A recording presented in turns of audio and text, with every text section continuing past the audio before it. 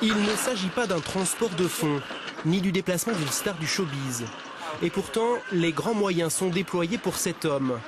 En plus des vigiles privés, 3 policiers en civil, des spécialistes de la protection rapprochée. Ils accompagnent cet homme en voiture banalisée dans la plupart de ses déplacements. Cette personne, nous l'avons rencontré un peu plus tard. C'est un simple gérant de supermarché. Pour comprendre comment il en est arrivé là, il faut remonter 3 mois en arrière quand il a repris l'enseigne et qu'il qui font la loi. Et tout ça, depuis des années. Et nous, on est arrivé ici, on a mis un peu de discipline.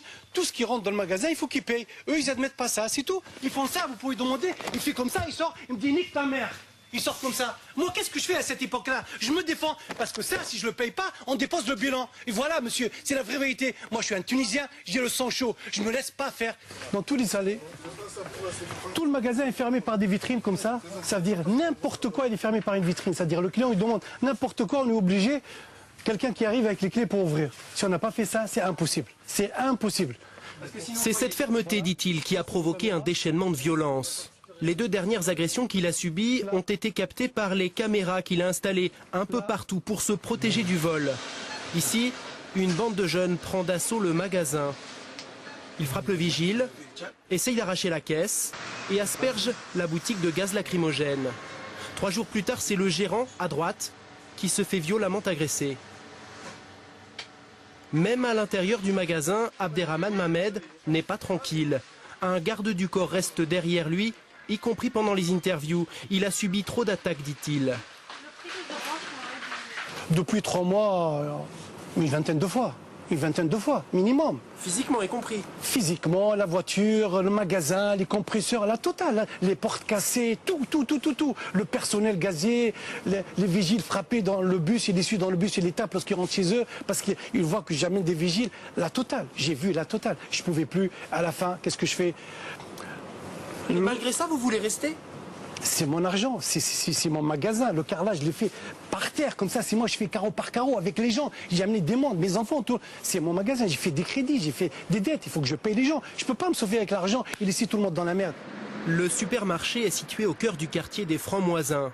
Selon la police, c'est l'une des pires zones de Seine-Saint-Denis. Pourtant, lorsqu'on les interroge, les autres commerçants ne se plaignent pas trop des violences. Le pharmacien, par exemple, qui est là depuis 30 ans. Le mot magique. Ah, ben voilà.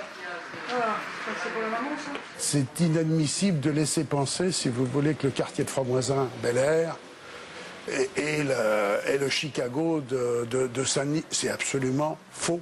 Il y a parfois quelques perturbations qui arrivent, comme dans tous les quartiers de France, malheureusement, mais pas plus ni mieux qu'ailleurs. Alors, quelle explication à cette explosion de violence? Peut-être la personnalité du gérant. C'est en tout cas ce que disent certains habitants, hors caméra. Il serait très soupçonneux, peu diplomate. Une thèse reprise par la mairie de Saint-Denis qui souligne qu'Abderrahmane Mamed a déjà eu des ennuis de ce type dans ses magasins précédents.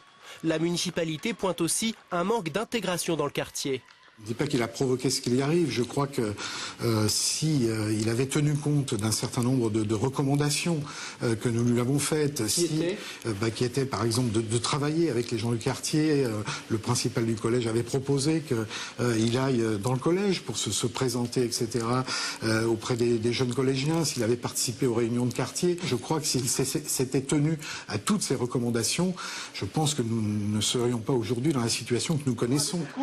De simples faits divers, l'affaire est devenue politique. L'opposition ne rate pas une occasion de soutenir le patron de la supérette, lequel a déjà rencontré le président de la République et le ministre de l'Intérieur. Pas sûr que cela aille dans le sens de l'apaisement que de nombreux habitants réclament.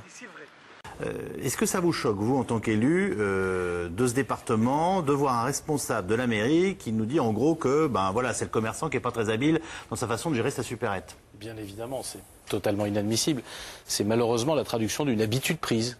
C'est-à-dire que vous avez un certain nombre de villes où les élus eux-mêmes disent « oui, mais il faut comprendre, oui, mais ce quartier, il faut faire un peu plus attention. » Et puis quand vous êtes commerçant, finalement, vous avez qu'à payer le tribut ou accepter telle ou telle chose. Et puis ça se passera mieux, parce qu'à ce moment-là, vous serez intégré dans le quartier, comme il le disait. Et payer le tribut, ça veut dire quoi? Ça veut dire se laisser raqueter? Ça veut dire concrètement se laisser voler telle ou telle chose, ça veut dire éventuellement se laisser raqueter, ça arrive, et honnêtement, c'est pas que dans cette commune-là. Simplement, quand les élus l'excusent, vous comprenez que les jeunes qui veulent pratiquer, les quelques voyous de la cité qui veulent pratiquer ce genre d'activité, ils se sentent très à l'aise, ils peuvent même partir en vacances avec la mairie pendant qu'on y est. Ils se sont constitués leur territoire, avec leurs règles de vie, ils y acceptent qui ils veulent bien, et y compris la police quand elle se fait agresser dans ces quartiers-là, qui ils veulent bien, c'est vrai des commerçants, c'est vrai parfois des services municipaux, c'est vrai de toute institution, et c'est bien difficile, y compris pour certaines écoles ou collèges. Mais il existe bien pire dans le phénomène du territoire. Parce qu'effectivement, le commerçant appartient à un territoire.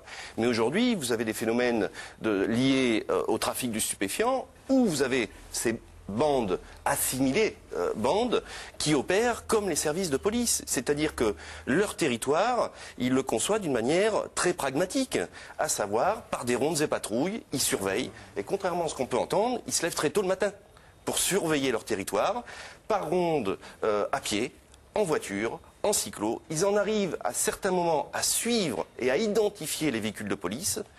Et là où... Ça, ils les connaissent tous. Oui, mais c'est pas certain, parce que bon, vous savez qu'on a quand même des moyens, mais ils sont bien identifiés. Mais c'est relativement choquant. Le responsable syndical qui dit qu'il a des moyens. Là, c'est relativement choquant d'en arriver à un système, si vous voulez, on va dire très bien huilé. Qu'on ne connaissait pas avant. Quand vous arrivez à avoir des rondes et patrouilles, des fonctionnaires de police suivis, des jeunes qui sont dans les appartements, qui chauffent un petit peu l'arrivée des policiers, et des dealers encagoulés. Parce que vous avez aujourd'hui un nouveau phénomène, c'est que le dealer, dans la rue, met une cagoule pour ne pas se faire reconnaître par les services de police. Donc c'est relativement préoccupant du territoire. Parce que vraiment, en arriver à ce point, c'est croire que tout est permis.